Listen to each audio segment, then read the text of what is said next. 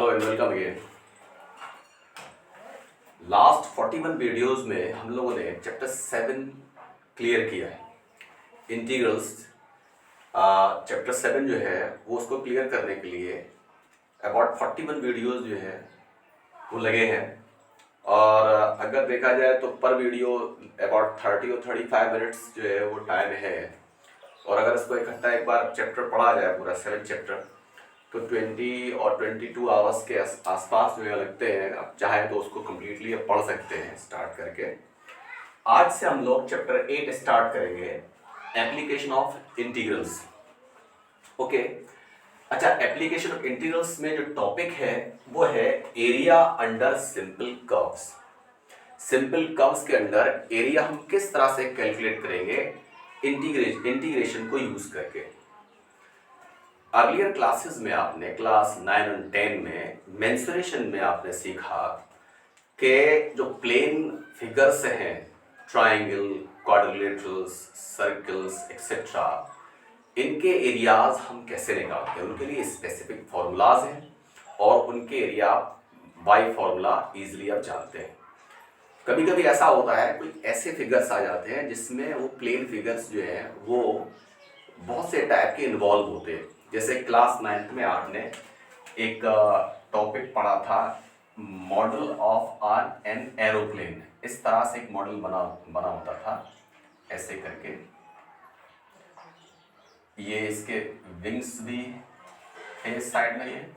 और अगर इसका एरिया निकालना था तो इसमें क्या करना है, हमें किसी एप्लीकेशन की ज़रूरत नहीं है। एप्लीकेशन क्या है कि इसमें हमें करना क्या है, डिफरेंट टाइप के प्लेन फिगर्स इसमें जो है ऑब्टेन करने हैं।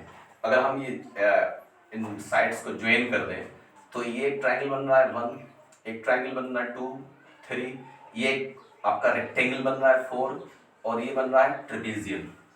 इनके एरिया हम जानते हैं अच्छी तरह से, तो हम इजीली अलग अलग कैलकुलेट करके इनको ऐड कर लेंगे तो डायरेक्टली हमें इसके मॉडल का एरिया ऑब्टेन हो जाता था। तो क्लास 9th में हमने चीज़ सीखी थी।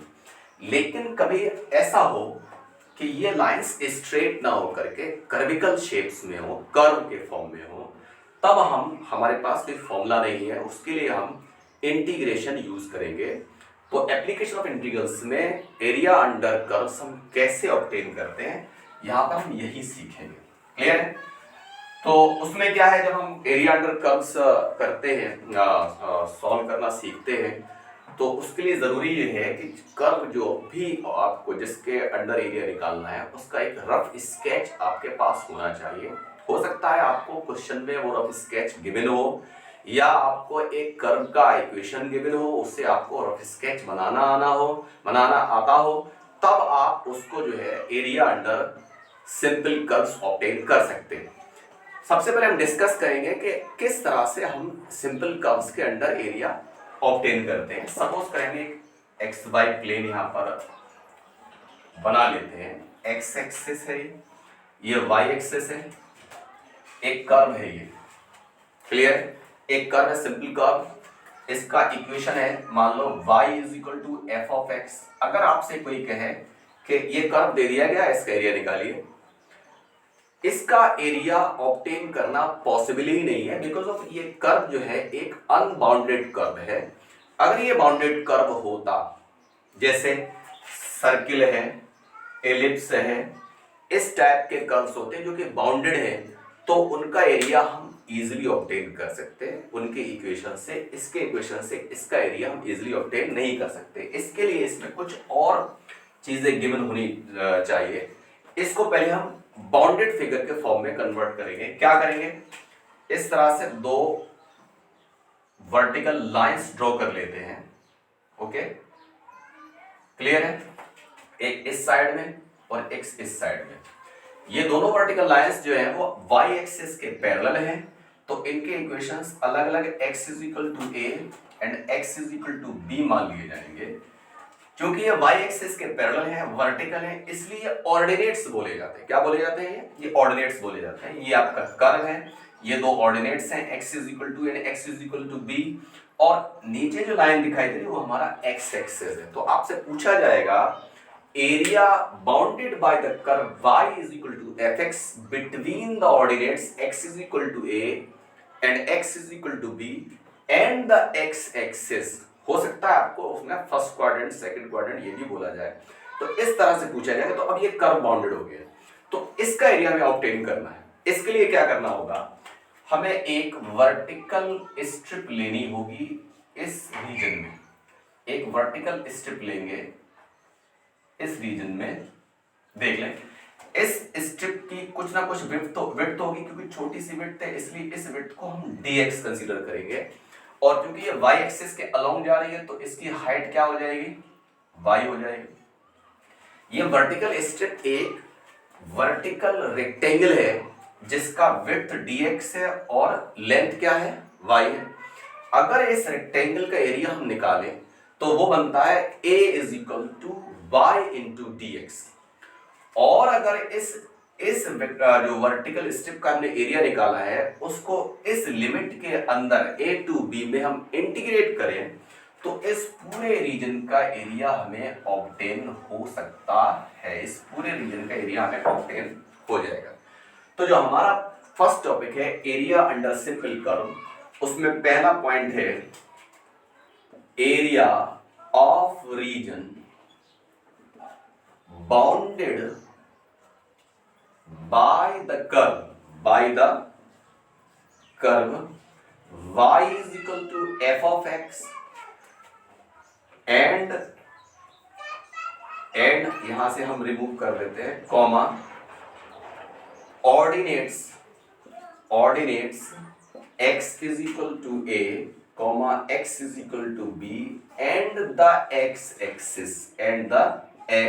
axis ये हमारा पहला पॉइंट है। इसमें हम किस तरह से इस रीजन के एरिया ऑब्टेन करेंगे। चीज और क्लियर कर लें कि वर्टिकल हो स्टेप या वो हॉरिजॉन्टल हो, यहाँ पर हमने वर्टिकल बनाया, कुछ केसेस में ये स्टेप हॉरिजॉन्टल भी जाएगा।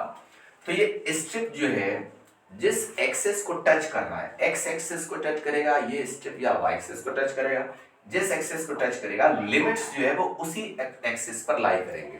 क्लियर है, ये dx आ रहा है यहाँ पर और लिमिट्स आपके x x एक्सिस पर ही लाई करेंगे, ये ध्यान रखना है। तो जब हमें एरिया निकालना है तो इज इक्वल टू वैसे तो होता है dA is equal to y to dx होता है, उसको इंटीग्रेट करते हैं तो सीधे सीधे यहाँ a ऑब्टेन हो जाता है। तो इतना एक्स्ट्रा कुछ करने की जरूरत नहीं, डायरेक्टली आप a लिखिए यहाँ पर, और यहाँ पर लिमिट लगेंगे a to b y of dx। Clear है। अच्छा, y को हम x के रिस्पेक्ट में इंटीग्रेट कर ही नहीं सकते, तो y की वैल्यू जो x के फॉर्म में हमने यहाँ पर फंक्शन में कहीं ना कहीं गिवन होगी या हमें बनानी है, वो उठा के हम यहाँ पर रख देंगे। वो सपोज करो वो वैल्यू है f ऑफ x है dx, इसको हमें इंटीग्रेट करना है, सही है। इसका हमें इंडेफिनिट इंटीग्रल ऑब्टेन करना है, और सिंपली जैसे हम लिमिट सब्स्टिट्यूट करते थे डेफिनेट इंटीग्रल में, वैसे ही हम लिमिट सब्स्टिट्यूट करके सॉल्व कर लेंगे तो इस रीजन का एरिया हमें ऑब्टेन हो जाएगा जो कि हमने रीजन यहां पर बनाया। क्लियर है। तो एरिया अंडर सिंपल कर्व में पहला पॉइंट ये था, area of region bounded by the curve y is equal to f of x comma ordinates x is equal to a comma x is equal to b and the x axis. तो इसके लिए ये आपका इस तरह से एक formulation बनता है, इस तरह से कैलकुलेट करेंगे। क्लियर है। अच्छा, इसमें एक चीज और क्लियर कर लेते हैं हम लोग, जब हम एरिया अंडर द कर्व निकालेंगे तो वहां पर बहुत इंपॉर्टेंट है कि आपकी स्ट्रिप जो है किस साइड में जा रही है, वो वर्टिकल है या हॉरिजॉन्टल है, उसी हिसाब से एरिया आपका बनता है। एक हमने यहाँ पर पॉइंट लिया वर्टिकल स्ट्रिप के लिए, अब हम इसको लेंगे हॉरिजॉन्टल स्ट्रिप के लिए। ओके, इसी फिगर को थोड़ा सा हम रिमूव करके रब करके इसमें थोड़े से चेंजेस करेंगे। मान लो ये अब रीजन जो है वो इस टाइप का ना हो करके वो थोड़े दूसरे शेप में आ जाता है। ये हमारा x एक्सिस है, y कर्व हमारा इस शेप में आता है, सही है। अभी भी सीधे सीधे ये कर्व जो है वो अनबाउंडेड है, इसको बाउंडेड करने के लिए सिंपली यहाँ पर दो लिमिट्स होना बहुत जरूरी है, एक x is equal to y is equal to a और ये y is equal to b let कर लेंगे। यहाँ पर y is equal to a और ये y is equal to b। Clear है। और ये कर्व जो है वो क्या है, इस कर्व का इक्वेशन है x is equal to f of y। अब हमें इस रीजन के एरिया निकालना है, इसको हम थोड़ा सा शेड करेंगे। इस रीजन का एरिया निकालना है, शेडेड है रीजन, इस रीजन का एरिया निकालना है। तो इसके लिए क्या करना है, इस रीजन में हम एक हॉरिजॉन्टल स्ट्रिप लेंगे, जैसा कि इसमें फिगर में हमने इस स्ट्रिप के लिए, स्ट्रिप बहुत मोटी सी नहीं रखनी है, इस स्ट्रिप को हम थोड़ा सा स्लिम रहने देंगे। ओके, इसका विड्थ हमने मान लिया dy है, और चूंकि ये x एक्सिस के पैरेलल जा रही है तो इसकी लेंथ जो है वो क्या रहेगी, x रहेगी। सही है। तो area of region bounded by the curve y is equal to F of F, sorry यहां पर हम पहले बी पॉइंट ले लेते हैं क्योंकि ए पॉइंट हमारा क्लियर हो चुका है। Area of region bounded by the curve x is equal to F of y, comma ordinates यहां से चेंज होके एब्सिसा में कन्वर्ट हो जाएगा, abscissa y is equal to a, comma y is equal to b and the y axis. अब हमारा formula यानी अब हमारा जो नेक्स्ट टॉपिक है वो क्या बन गया है, area of region bounded by the curve x is equal to F of y abscissa y is equal to a, comma y is equal to b and the y axis. आप books में देखें या कहीं देखें ये lines आपके abscissa मानी जाएंगे। रीजन क्या है, ये एक्चुअली x एक्सिस के पैरेलल लाइंस जा रही हैं, तो x एक्सिस के डायरेक्शन में है तो इसलिए इनको एब्सिसा बोला जा रहा है। तो ये y is equal to b, कोई भी कहे तो ऑर्डिनेट्स है लेकिन इनको एब्सिसा बोला जाता है। तो y is equal to b and the y axis हमारा ये, तो बिल्कुल सेम टू सेम जैसे हमने पहले ए पार्ट में किया था कि हम इस कर्व में बाउंडेड रीजन हमें हमारे पास होना चाहिए, उसके लिए ये एब्सिसा बनाए गए। वो आपको क्वेश्चन में गिवन होंगे पहले से ही। जब तक ये बाउंडेड रीजन बाउंडेड नहीं होगा तब तक आप इसका एरिया नहीं निकाल सकते। जो कर्व्स पहले से ही बाउंडेड है उनके लिए लिमिट्स की जरूरत नहीं होती है, वो पॉइंट ऑफ इंटरसेक्शन जो है उनके कर्व्स से ही ऑब्टेन हो जाते हैं, तो इसलिए उसमें कोई प्रॉब्लम नहीं है। वो क्वेश्चंस आगे आएंगे जब क्लियर हो जाएंगे। तो जब भी आपके ऐसे अनबाउंडेड रीजन्स होंगे तो ये लाइंस जरूर आपको कहीं ना कहीं गिवन होंगी। तो जब हमें इसका एरिया निकालना है तो इसके लिए क्या किया हमने, एक स्ट्रिप बनाई है, हॉरिजॉन्टल है, और एरिया के लिए हम क्या करेंगे, इस स्ट्रिप के एरिया को हम between this limit x y is equal to and y to b integrate कर देंगे डेफिनेट इंटीग्रल फॉर्म में। तो a इज इक्वल टू बनेगा a to b x of dy बन जाएगा, a to b x of dy। अब simply x को हम इंटीग्रेट नहीं कर सकते y के रिस्पेक्ट में, तो x की वैल्यू y के फॉर्म में जो आपको कर्व के इक्वेशन से ऑब्टेन होगी वो यहाँ पर रख दीजिए। अभी तो हमारे पास कर्व के इक्वेशन का फॉर्म में वो f ऑफ y है, तो f ऑफ y को हम इंटीग्रेट कर देंगे f ऑफ y dy। तो इस तरह से इस रीजन का एरिया ऑब्टेन हो जाएगा। अभी हम सिंपल कर्व्स के लिए सिर्फ दो चीजें सीखेंगे, मोटी मोटी बात है, बहुत इजीली इसको समझाया जा सकता है कि जब हमारा स्ट्रिप वर्टिकल होगा तो बनेगा y ऑफ dx, और जब स्ट्रिप हॉरिजॉन्टल होगा तो x ऑफ dy बनेगा। वहां पर ध्यान रखना है dx के साथ x वेरिएबल्स ही आएंगे, तो y की वैल्यू x के फॉर्म में ऑब्टेन करके इसमें सब्स्टिट्यूट किए जाएंगे, और यहाँ पर x के साथ जो dy के साथ उसमें x नहीं बल्कि x के वैल्यूज y के फॉर्म में यूज किए जाएंगे, तो y के फॉर्म में वैल्यूज निकाल के हम सब्स्टिट्यूट करेंगे फिर उसको इंटीग्रेट करेंगे। क्लियर है? इस तरह से हम इसको सॉल्व करेंगे, ये चीज समझ लें अच्छी तरह से। क्लियर? ओके। अच्छा, यहाँ पे एक प्रॉब्लम क्या है, जब भी आप एरिया अंडर सिंपल कर्व्स पढ़ते हैं तो यहाँ पर एक बात डेवलप होती है या एक इंपॉर्टेंट बात आती है सामने कि सिंपल कर्व्स के क्या फिगर्स आपको क्वेश्चंस में गिवन होंगे, रफ स्केचेस आपको गिवन होंगे, उससे निकालना है, या आपको स्केचेस आपको आने चाहिए। जनरली स्केचेस, रफ स्केचेस आपको क्वेश्चंस में नहीं दिए होते, एक आध में होते हैं, वो इजीली आपको फिगर से देख के सीधे आप कर सकते हैं। लेकिन रफ स्केचेस जब नहीं होते तब हम क्या करें, तो सबसे पहली बात ये है, आज की वीडियो में हम सिर्फ यही चीज सीखने जा रहे हैं कि हम जो सिंपल कर्व्स हैं उनके रफ स्केचेस कैसे बनाएं। क्लियर है? तो सबसे पहले हम बात करेंगे, नंबर 1 है स्ट्रेट लाइन। स्ट्रेट लाइन के बारे में जानते हैं आप लोग। स्ट्रेट लाइन क्या होता है? Every linear equation in two variables always represents a straight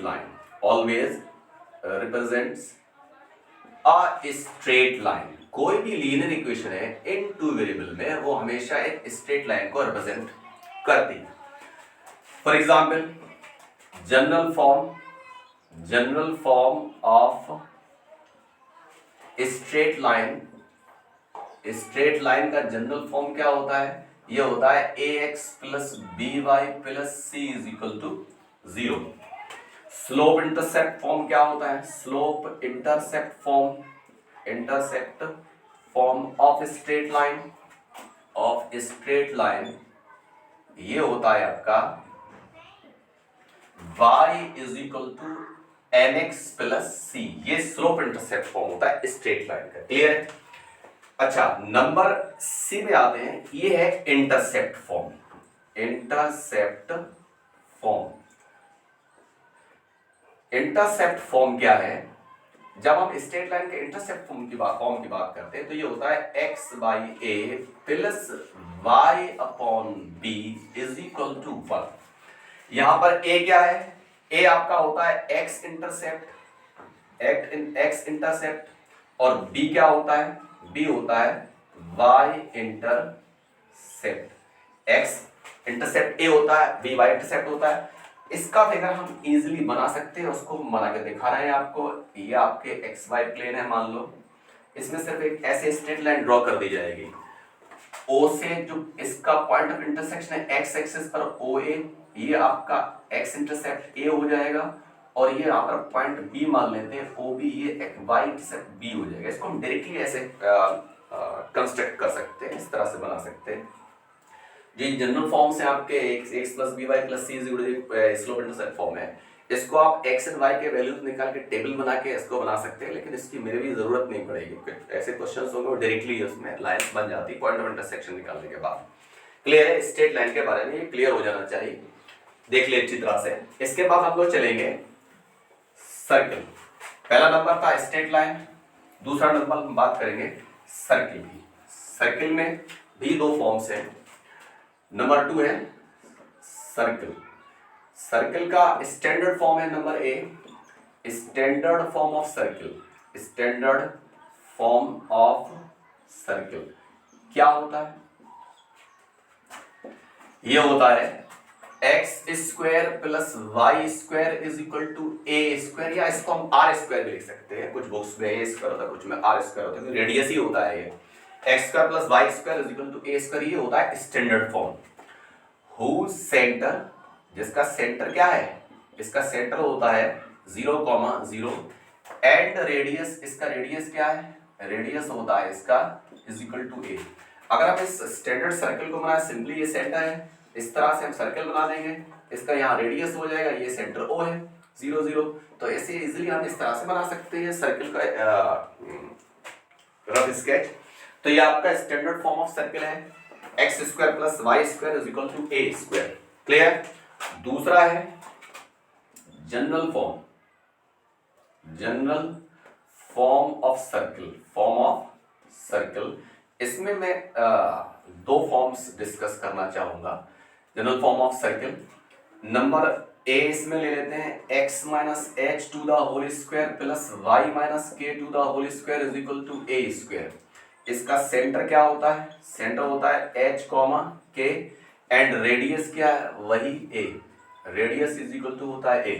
और नंबर इसका b है, दूसरा वाला है इसका a तो इसमें था, नंबर b जनरल फॉर्म था, इसको हम फर्स्ट मान लेते हैं, इसको मान लेते हैं सेकंड।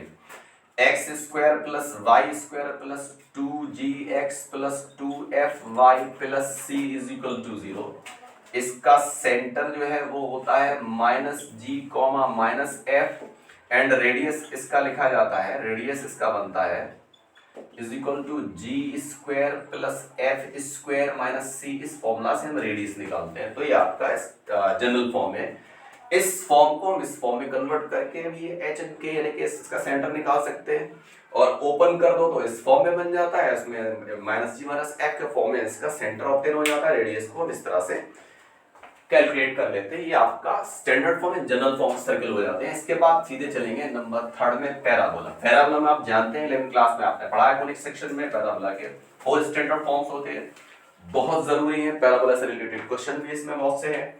तो 4 स्टैंडर्ड फॉर्म्स, उनके स्केचेस आपको आने चाहिए। नंबर 3 है पैराबोला। पैराबोला का फर्स्ट है number a, y square is equal to 4ax। ये जो पहला स्टैंडर्ड फॉर्म है, इसकी जो एक्सिस होती है वो x एक्सिस के अलोंग होती है। वर्टेक्स हमेशा ऑरिजिन पे लाई करेगा, y dash x x dash vertex origin पे होगा, एक्स एक्सिस की पॉजिटिव डायरेक्शन की साइड में ओपन होगा और इसका फोकस जो है वो एक्स एक्सिस की पॉजिटिव डायरेक्शन में ही होगा। इसको एस से रिप्रेजेंट करते हैं, कोऑर्डिनेट इसका a,0 लिखा जाता है। क्लियर है? ये पहला स्टैंडर्ड फॉर्म है, y square is equal to 4ax। D है, दूसरा स्टैंडर्ड फॉर्म लेते हैं, y square is equal to -4ax हो तो simply curve same to same यही रहेगा, लेकिन इसकी पोजीशन थोड़ी सी चेंज हो जाएगी। जो अभी x एक्सिस की पॉजिटिव डायरेक्शन में ओपन था वो अब कहां ओपन हो जाएगा? अब ये हो जाएगा x एक्सिस की नेगेटिव डायरेक्शन में ओपन। क्लियर है? इसका वर्टेक्स s जो है वो x एक्सिस पर लाई करेगा और नेगेटिव डायरेक्शन में। इसका कोऑर्डिनेट हम -a,0 लेट कर लेंगे, ऑरिजिन पर ही इसका सेंटर रहेगा y एंड इसका वर्टेक्स जो है वो ऑरिजिन पर ही रहेगा और इसका फोकस जो है वो x एक्सिस की नेगेटिव डायरेक्शन में होगा। सही है, मैं पहले इसको वर्टेक्स बोल गया था, सॉरी। तो ये इस तरह से आपका वर्टेक्स हो जाता है। तो पैराबोला जो सेकंड टाइप का है उसका रफ स्केच आप इस फॉर्म में बनाएंगे, y square is equal to -4x। दोनों में देख लें, दोनों में y स्क्वायर है, एक में +4x है, इसमें -4x। जब पॉजिटिव साइन है तो वो x एक्सिस की पॉजिटिव डायरेक्शन में ओपन है, जब नेगेटिव साइन है तो वो x एक्सिस की नेगेटिव डायरेक्शन में ओपन है। तो इस तरह से ये पहले दो फॉर्म्स हो गए। अब चलेंगे आगे के दो फॉर्म्स पर, ये क्लियर कर ले अच्छी तरह से, देख लें ध्यान से। नंबर सी है, x square is equal to 4ay है। सिंपली जब इसका हम रफ स्केचिंग करेंगे तो ये इस तरह से ये ऊपर y एक्सिस की पॉजिटिव डायरेक्शन में या अबव द y एक्सिस ये ओपन होगा, x डैश x o, और इसका वर्टेक्स इसका फोकस जो है वर्टेक्स तो ऑरिजिन पर ही लाई करेगा और फोकस इसका होगा y एक्सिस पर 0,a। ये आपका थर्ड टाइप का स्टैंडर्ड फॉर्म है। नंबर डी है, x square is equal to -4ay। ये पैराबोला आप ऊपर की जगह कहां आ जाएगा? ये पैराबोला नीचे की साइड में आ जाएगा, x dash y o y dash. ये पैराबोला ये नीचे की साइड में आ जाएगा, ओपन जो है वो y एक्सिस की नेगेटिव डायरेक्शन में ओपन होगा, फोकस इसका y एक्सिस पर ही लाई करेगा। इसमें और भी चीजें होती हैं, डायरेक्ट्रिक्स और भी चीजें होती, तो उनकी जरूरत में भी शायद ना पड़े। लेटस रेक्टम भी कभी कभी इसमें आ जाता है, तो कभी आएगा तो उसमें डिस्कस बाद में कर लेंगे, लेकिन स्टैंडर्ड फॉर्म आपको इतने पता होना बहुत जरूरी है। ये 4 स्टैंडर्ड फॉर्म गए। अच्छा, एक जनरल फॉर्म के बारे में डिस्कस हम जरूर करेंगे। पैराबोला का ये 4 स्टैंडर्ड फॉर्म है। पहले ही क्लियर हो चुके हैं, बाद के दो जो है वो अब है पॉजिटिव डायरेक्शन है, एक्स स्क्वायर दोनों में है, 4ay के साथ पॉजिटिव साइन है तो अबव चला जाएगा y एक्सिस के पॉजिटिव डायरेक्शन में, और जब नेगेटिव साइन है तो वो नेगेटिव डायरेक्शन में नीचे की तरफ ओपन होगा। ये ध्यान रखना है थोड़ा सा। अच्छा, एक हम पैराबोला में ही एक जनरल फॉर्म ले लेते हैं जो कि रिड्यूस किया जा सकता है स्टैंडर्ड फॉर्म। सही है, general form of parabola reduced in standard form। तो उसमें क्या होगा ये ध्यान रखना है। चलिए हम दोनों टाइप के डिस्कस करेंगे। y minus beta to the whole square is equal to 4 into x minus alpha. वहां पर only y square is equal to 4ax था, यहाँ पर y minus beta to the whole square 4 into x minus alpha हो जाएगा, क्योंकि general form को हमने क्या किया है, स्टैंडर्ड फॉर्म में रिड्यूस किया है। इसका वर्टेक्स जो है बहुत इंपॉर्टेंट रखता है, इसका वर्टेक्स कोऑर्डिनेट होता है ए अल्फा कॉमा बीटा। इसका वर्टेक्स का कोऑर्डिनेट क्या होगा? Alpha comma beta. चूंकि स्टैंडर्ड फॉर्म में रिड्यूस किया गया है तो इसके फोकस को हम डायरेक्टली ए कॉमन 0 नहीं लिख सकते, वो अल्फा एंड बीटा से एसोसिएट होकर कुछ और निकलेगा, वो एक अलग चीज है। लेकिन इसका वर्टेक्स पता होना बहुत जरूरी है, जो रफ स्केचिंग में आपके बहुत काम आने वाला। बी है, ये होता है x minus alpha to the whole square into 4 is equal to 4 into y minus beta. इसका भी वर्टेक्स वही रहेगा, अल्फा कॉमा बीटा। देख ले ध्यान से, बस चेंज क्या है कि इस साइड में y स्क्वायर जो 4x के फॉर्म का, इस साइड में x स्क्वायर 4ay का। ध्यान देना y के साथ हमेशा बीटा आ जाएगा, x के साथ अल्फा आ जाएगा, क्योंकि अल्फा हमारा एब्सिसा है और बीटा ऑर्डिनेट है तो ऑर्डिनेट ऑर्डिनेट के साथ ही जाएगा। इसी तरह से x माइनस अल्फा उल्टा हो गया, इसमें y थे इस पे स्क्वायर थे, इसमें x पर square x minus alpha s to the whole square 4 into y minus beta, तो वर्टेक्स अल्फा का बीटा का एक क्वेश्चन है शायद एक्सरसाइज में कहीं मिलेगा जहां पर हमें इस फॉर्म की जरूरत पड़ेगी, तो वहां पे उसमें हम डिस्कस करेंगे। तो ये हम तीन टाइप के डिस्कशन किए। एक तो हमारा सबसे पहला था straight line, every equation in two variables, every linear equation in two variable always represent a straight line। एक तो वो बात है कि आपका कोई भी linear equation हो two variable फॉर्म में वो हमेशा straight line को प्रेजेंट करेगा। सर्कल आ गया, सर्कल में क्या था, स्टैंडर्ड फॉर्म है, general form x square plus y square a square standard form है, इसके बाद जनरल फॉर्म है x minus h to the square plus y minus k to the square a square, या इसका सेकंड फॉर्म है x square plus y square plus 2gx plus 2fy plus c is equal to 0। सही है। इसके बाद फिर parabola के चार स्टैंडर्ड फॉर्म थे, y square is equal to 4ax, वो पॉजिटिव डायरेक्शन में ओपन है, x y square minus 4ax वो x के नेगेटिव डायरेक्शन में ओपन हो जाता है। इसके बाद फिर x square is equal to 4ay वो y एक्सिस के पॉजिटिव डायरेक्शन में ओपन हो जाता है, और x स्क्वायर माइनस 4ay वो नेगेटिव डायरेक्शन में जाता है। और इसके बाद ये दो फॉर्म्स हैं जो कि हमने जनरल फॉर्म थे जिनको हमने स्टैंडर्ड फॉर्म में रिड्यूस किया। ओके, कभी आप इसको कोडेक्स को अच्छी तरह से पढ़े 11th क्लास के लेवल पे, तो ये चीजें सब एक अलग चीज है, वो समझ में दूसरी तरह से आपको समझनी है। लेकिन हमें सिर्फ एक रफ स्केचिंग की बात कर रहे थे, थोड़ा सा एक सिंपली इसका हमें इंट्रोडक्शन देना है, चीजें सीखनी है थोड़ी सी, तो उसके लिए जरूरी था कि इनको आपको पता होना चाहिए।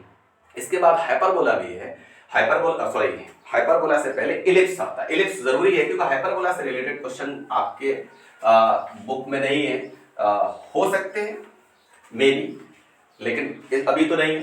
नंबर 4 है, इलिप्स के बारे में बात कर लें। इलिप्स भी दो टाइप के होते हैं। नंबर ए है हॉरिजॉन्टल इलिप्स, हॉरिजॉन्टल इलिप्स में क्या होता है, ये आपका इक्वेशन होगा X square upon A square plus Y square upon B square is equal to 1, where A हमेशा बी से बड़ा होगा। और उसका स्केच कैसे बनेगा, इलिप्स बहुत जरूरी, क्योंकि इलिप्स से रिलेटेड क्वेश्चन भी आपके एग्जाम्पल्स में भी है और एक्सरसाइज में भी है। इसका शेप बनेगा इस फॉर्म में, ये इलिप्स हो गया, ये हॉरिजॉन्टल इलिप्स है। आप जानते हैं अच्छी तरह से ये वर्टेक्स है इसका, इसको हम ए पॉइंट मान लेते हैं, इसको मान लेते हैं ए डैश, ये आपका बी है और ये बी डैश। ये आपका जो एक्सिस दिखाई दे रहा है ये मेजर एक्सिस है और ये माइनर एक्सिस, ऑरिजिन है, ये सेंटर होता है इलिप्स का। सही है, यहां से यहां तक का डिस्टेंस ए होता है तो इसका कोऑर्डिनेट a,0 बनेगा। यहां से यहां तक का डिस्टेंस b ए होता है क्योंकि नेगेटिव डायरेक्शन में, तो -a,0 बनता है। ये डिस्टेंस आपका b होता है, सिंपली ये आपका b,0 बनेगा, इधर उधर नेगेटिव डायरेक्शन में 0, -b बनता है। क्लियर है। तो ये इलिप्स का हॉरिजॉन्टल इलिप्स का एक इक्वेशन था। बी है आपका वर्टिकल इलिप्स। दोनों ही टाइप के क्वेश्चंस जो हैं वो आपके बुक में है, एग्जांपल्स में भी, एक्सरसाइज में भी है। इसका फॉर्म होता है x square upon B square plus Y square upon A square is equal to 1, where A हमेशा बी से बड़ा होगा। यहाँ ध्यान देने की जरूरत है कि जो बड़ी वैल्यू है अगर एक्स स्क्वायर के अपॉन में आ जाएगी तो सिंपली वो आपका हॉरिजॉन्टल हो जाएगा, और बड़ी वैल्यू यानी कि ए वाई स्क्वायर के डिवीजन में चला जाएगा तो वो आपका वर्टिकल हो जाएगा। बस इतना ध्यान रखना है। इसका आप स्केचिंग करेंगे सिंपली, तो इस तरह से एक वर्टिकल इलिप्स बन जाएगा। शायद ये थोड़ा सा ज्यादा ही वैसा लग रहा है, दुबला पतला लग रहा है, इसको थोड़ा सा मोटा कर लेते हैं। सही है, लेकिन चीज तो बात यही है कि हमें सीखना है कि वर्टिकल और हॉरिजॉन्टल में डिफरेंस क्या है थोड़ा सा, तो उसको बताने के लिए ये किया गया कि मेरा आर्ट थोड़ी कमजोर है, इसलिए चीजें जो है वो अच्छी तरह से नहीं बन पाती। सर्कल जो है हमेशा आलू या बैंगन के फॉर्म में बन जाता है, इलिप्स भी कुछ टेढ़ा मेढ़ा बनेगा, लेकिन सिर्फ रफ स्केचिंग की बात है, हम रफ स्केचिंग सीख रहे हैं। तो वर्टिकल और हॉरिजॉन्टल में डिफरेंस बताने के लिए थोड़े से स्केचिंग बनाए गए। यहाँ पर देख लें, अब ये एक्सिस जो बड़ी वाली है तो सिंपली मेजर एक्सिस है, तो सिंपली यहाँ से डिस्टेंस क्या है, ए है, तो इसका कोऑर्डिनेट क्या है, 0, a है, और इस साइड में 0, माइनस है, सॉरी ये 0, माइनस ए है, इधर 0, b,0 माइनस b,0 और इस साइड में b,0। इस तरह से इलिप्स आपका वर्टिकल और हॉरिजॉन्टल हो जाते हैं। क्लियर है। हाइपरबोला भी है, hyperbola x square plus x square पर a square minus y square पर b square is equal to 1, लेकिन उससे रिलेटेड शायद क्वेश्चंस जो इतने नहीं है, कभी आएंगे तो उस पर डिस्कस करेंगे। तो आज के वीडियो में हमने सिर्फ क्या सीखा कि जो सिंपल कर्व्स हैं उसके हम को इंटीग्रेशन के एप्लीकेशन से किस तरह से उनके रीजन निकाल सकते हैं, बाउंडेड रीजन कैसे निकाल सकते हैं, और सिंपल कर्व्स के रफ स्केचिंग कैसे कर सकते हैं। अच्छा, इसमें एक चीज भी बताई थी हमने कि जो कर्व्स होते हैं, चाहे सिंपल कर्व्स बाउंडेड हो चाहे अनबाउंडेड हो, ज्यादातर कर्व्स जो है वो आपके सिमेट्रिकल होते हैं अबाउट देयर एक्सिस। जैसे पैराबोला है, पैराबोला भी सिमेट्रिकल फिगर है, इलिप्स भी सिमेट्रिकल है, और हाइपरबोला एंड सर्कल ये सब सिमेट्रिकल है। सिमेट्रिकल क्या होता है ये क्लियर कर लें अच्छी तरह से। ऐसा कर्व जैसा कि अगर हम पैराबोला बनाते हैं इस तरह से, ये पैराबोला बना दिया ये, तो पैराबोला का एक्सिस जो है वो पैराबोला क्या करता है, दोनों साइड में इक्वल पार्ट्स में डिवाइड कर दिया, यानी कि जितना एरिया इस रीजन का होगा उतना एरिया इस रीजन का होगा, बिल्कुल ये दोनों रीजन आपस में इक्वल होंगे, तो इसलिए वो सिमेट्रिकल कहलाता है। इसी तरह से सर्कल है, सर्कल के अगर हम डायमीटर्स बना दें तो ये डायमीटर सर्कल को दो इक्वल पार्ट्स में डिवाइड करता है, ऐसे और ऐसे। इसी तरह से ये डायमीटर भी दो इक्वल पार्ट्स में डिवाइड करता है, ऐसे एंड ऐसे, सही है। तो वो सिमेट्रिकल होते हैं, इसलिए ऐसा नहीं है कि हम इस डायमीटर बनाएंगे तो एक साइड में कम पार्ट होगा, एक साइड में ज्यादा पार्ट होगा, ऐसा नहीं होता। तो इस टाइप के जो फिगर्स होते हैं जिनको लाइन जो डिवाइड करने वाली लाइन जो है एक्सेस हो सकती है, वो डायमीटर हो सकती है, मे बी वो दो इक्वल पार्ट्स में डिवाइड करते हैं, तो वो सिमेट्रिकल हो जाते हैं। तो ये चीज भी ध्यान रखें कि ये चीज वर्क करेगी जब आप एरिया ऑफ रीजन निकालेंगे, बाउंड्री रीजन, तो उसमें काम करेगी। आज इस चैप्टर को इंट्रोड्यूस कर रहा था, चीजें थोड़े से इंट्रोडक्शन के बारे में बात करनी थी, कुछ रफ स्केचेस बता रहे थे। तो आज के वीडियो को हम यहीं पर छोड़ेंगे, यहीं पर रहने देते हैं। कोई चीज़ आपको क्लियर नहीं हो रही है, कुछ समझ में नहीं आ रहा हो तो बताइए, कमेंट कीजिए, पूछिए। आज के लिए बस इतना ही। Thanks for watching.